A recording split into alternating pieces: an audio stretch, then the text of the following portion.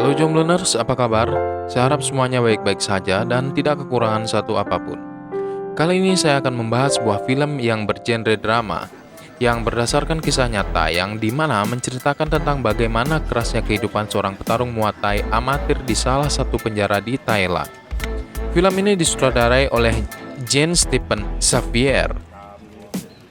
A Prayer Before Dawn dibintangi oleh Joe Cool yang sebelumnya pernah tampil dalam film Eye on Juliet tahun 2017. Tanpa basa-basi lagi, langsung saja kita mulai.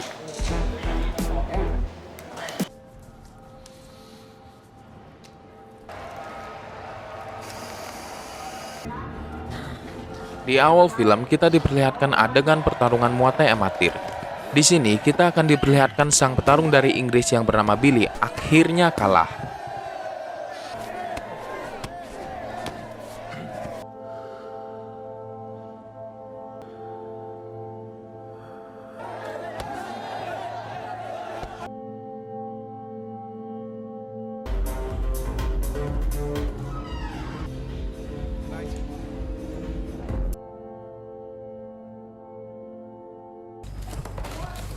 Billy Moore, seorang petinju muda Inggris dan pecandu heroin bermasalah, akhirnya ditangkap di Thailand dan didakwa tentang kepemilikan narkoba dan senjata api.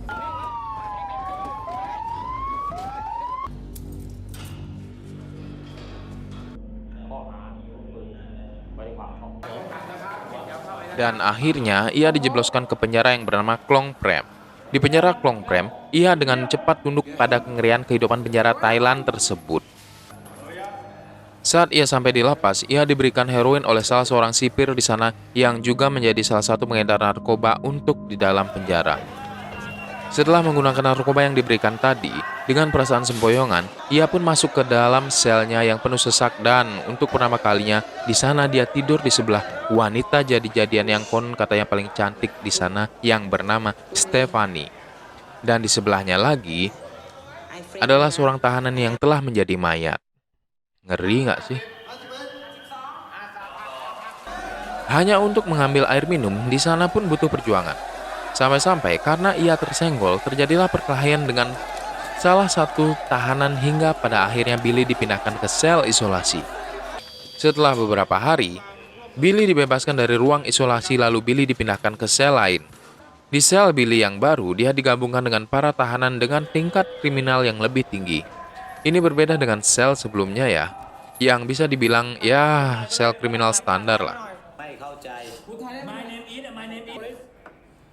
Nah, saat Billy dipindahkan di sel barunya ini, terasalah suasananya yang agak menyeramkan. Dia dipindahkan bersama beberapa tahanan lainnya, dan para tahanan senior pun mulai menginterogasi Billy. Karena Billy seorang bule dan berkulit putih mulus, mereka pun mengganggunya. Tapi, karena memang Billy tidak suka dibully, jadi dia melawan. Dan juga karena ia seorang petinju, jadi penghuni sel lainnya malas untuk membuat masalah dengan dia.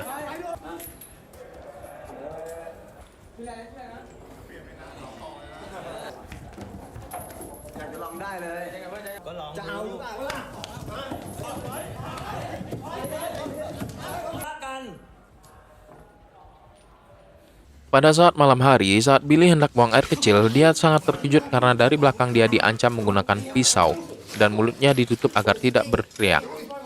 Karena dia memergoki teman satu selnya yang baru saja dipindahkan bersama dia, diperkosa alias disotomilah oleh tahanan senior yang ada dalam sel itu. Aduh, salah satu adegan terngeri nih guys. Karena syok dan baru pertama kali melihat hal ganjil seperti itu, ia pun ketakutan hingga gemetaran. Dan tak disangka, keesokan paginya Billy dan teman-teman satu selnya melihat bocah yang kemarin diperkosa itu telah tewas gantung diri. Tragis ya guys. Karena Billy sudah lama tidak mendapatkan heroin, efek sakau pun terjadi pada tubuhnya. Dan untuk mengatasi hal tersebut, Billy mencoba untuk mendapatkan obat antidepresan ke petugas obat-obatan di sana. Namun, tidak diberikan dan malah sang petugas memintainya uang. Alhasil, karena tidak mempunyai uang maupun rokok, si Billy pun mengamuk hingga menggigit salah satu petugas sipir di sana. Dan ia pun dihajar hingga pingsan oleh sipir. Akhirnya, ia pun kembali dijebloskan ke sel isolasi. Tapi kali ini dia sedikit beruntung karena dia ditemani dan dirawat oleh seorang wanita jadi-jadian lagi selama beberapa minggu. Saat dilepaskan, tapi dengan kaki yang masih terborgol, Billy dikembalikan ke selnya. Saat Billy sedang mandi dengan teman-teman satu selnya, Billy kembali diberikan heroin oleh pengedar yang ada di sana. Yang namanya barang haram, awalnya pasti gratis. Karena ketagihan oleh barang haram tersebut, Billy mencoba ke kantin untuk mendapatkan rokok yang nanti akan ditukar dengan barang haram tersebut. Di kantin, ia ketemu dengan waria yang bernama Fem yang sempat merawatnya di sel isolasi. Di sana, ia mencoba merayu Fem agar diberikan bon rokok oleh Fem yang dimana rokok tersebut nantinya akan ia tukar dengan heroin. Sedikit informasi nih, di sana emang penjaga kantinnya waria. Karena di sana nggak ada wanita, jadi waria di sana sangat populer guys. Semacam artis lah kayaknya. Suatu hari dari selnya, Billy melihat beberapa tahanan yang sedang berlatih Muay Thai. Di sana, Billy mulai berpikir untuk melakukan hal positif.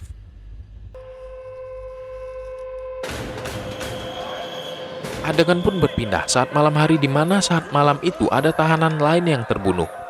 Saat tahanan diperiksa, tak sengaja para sipir pun menemukan heroin di kantong baju Billy.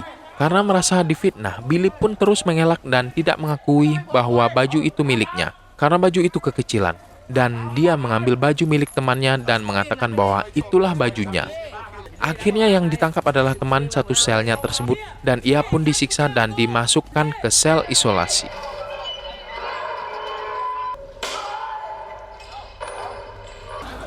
Pada suatu hari, Billy yang kecanduan oleh barang haram tersebut kembali meminta barang haram tersebut kepada salah satu sipir penjara tersebut.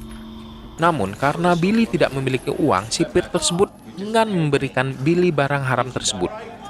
Namun, Billy terus meronta dan memohon. Akhirnya, sipir penjara tersebut mau memberikan barang haram tersebut, tapi dengan satu syarat, yaitu dia harus menghajar tahanan muslim yang di sana mereka bertugas sebagai tukang masak. Sipir tersebut beralasan bahwa tahanan muslim tersebut sudah menghalangi bisnis narkobanya.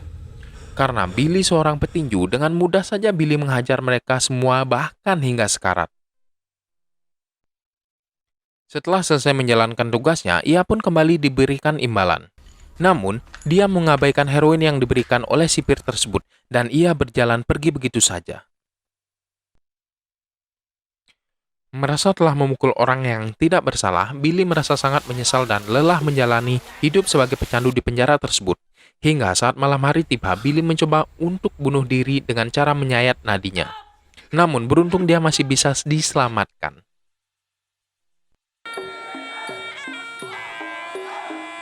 Setelah lelah menjadi pecandu, Billy memutar otak untuk terus melakukan hal-hal positif. Salah satunya dengan cara mendatangi tempat latihan Muay Thai untuk bergabung berlatih bersama tahanan lainnya. Namun, rencana tersebut tidak berjalan mulus. Hal itu dikarenakan Billy tidak memiliki apa-apa. Dan dia pun diusir dari tempat latihan. Namun, tentu saja Billy tidak menyerah begitu saja. Dia kembali mendatangi Fame untuk mengebon satu slop rokok lagi. Dikarenakan di sana tidak ada wanita dan di sana hanya ada Fame, benih-benih cinta terlarang pun tumbuh di antara mereka.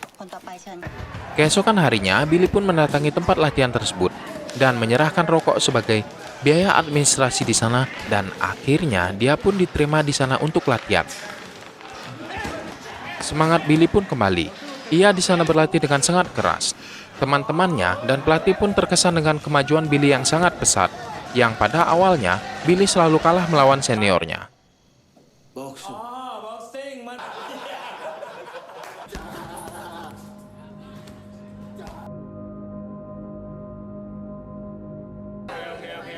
Scene pun berpindah pada malam hari, di mana di sel Billy sedang ada pertandingan ikan cupang. Billy yang melihat kesempatan itu dengan modal nekat ikut bertaruh, dan ternyata Billy menang. Keesokan harinya, Billy pun mendatangi Fame pacarnya untuk membayar hutang rokoknya dan karena terbawa suasana, di mana di sana terjadilah aksi pengenciritan ilegal di antara mereka. Benar-benar ilegal ya. Karena semuanya sudah lancar, maksudnya tersalurkan, Billy pun menjadi tambah semangat berlatih dan karena bakatnya yang menonjol, dia pun akhirnya bertanding dan ternyata dia menang. Awalnya Billy sulit diterima namun lambat laun Billy akrab dengan sesama senior Muay Thai di sana.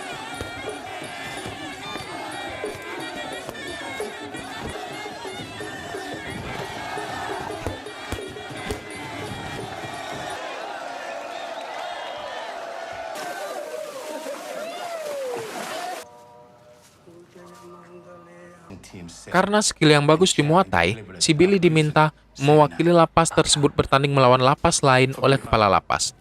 Lalu, tak lupa kepala lapas memberikan surat dari ayah Billy ke Billy. Dan akhirnya, si Billy dipindahkan ke sel tahanan khusus grup Muay Thai. Malam harinya, si Billy membaca surat dari ayahnya. Entah apa yang ditulis ayahnya, namun mungkin sedih untuk Billy. Hal ini membuat Billy semakin semangat untuk latihan Muay Thai. Nah, karena Billy sudah semakin akrab dan diterima oleh senior Muay Thai-nya, dia lalu dibuatkan tato harimau.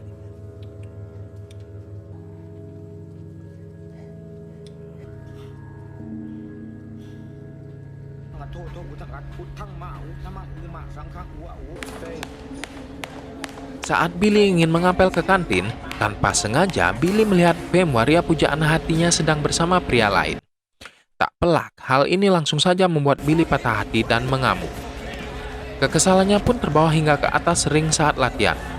Alhasil, dia mengamuk di tempat latihan dan memukul temannya hingga tersungkur. Dan dia pun harus kembali masuk ke sel isolasi. Di dalam sel isolasi, akhirnya ia sadar dan melanjutkan latihan fisiknya agar tetap fit. Setelah keluar dari sel isolasi, akhirnya Billy menemui temannya tersebut untuk meminta maaf. Mereka pun baikan dan mereka pun menjadi bertambah akrab.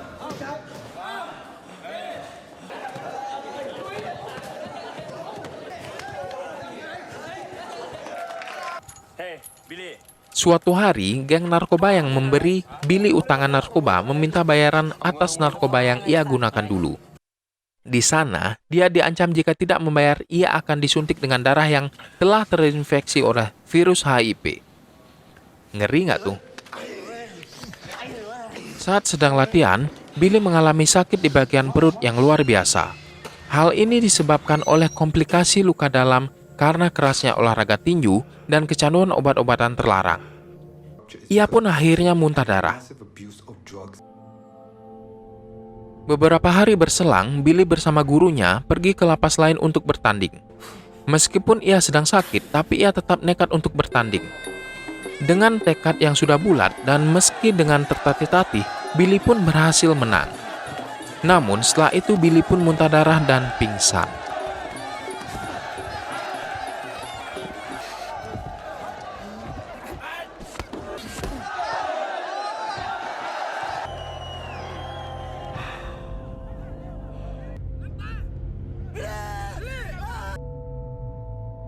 Saat tersadar, si Billy sudah ada di rumah sakit dengan kaki terborgol.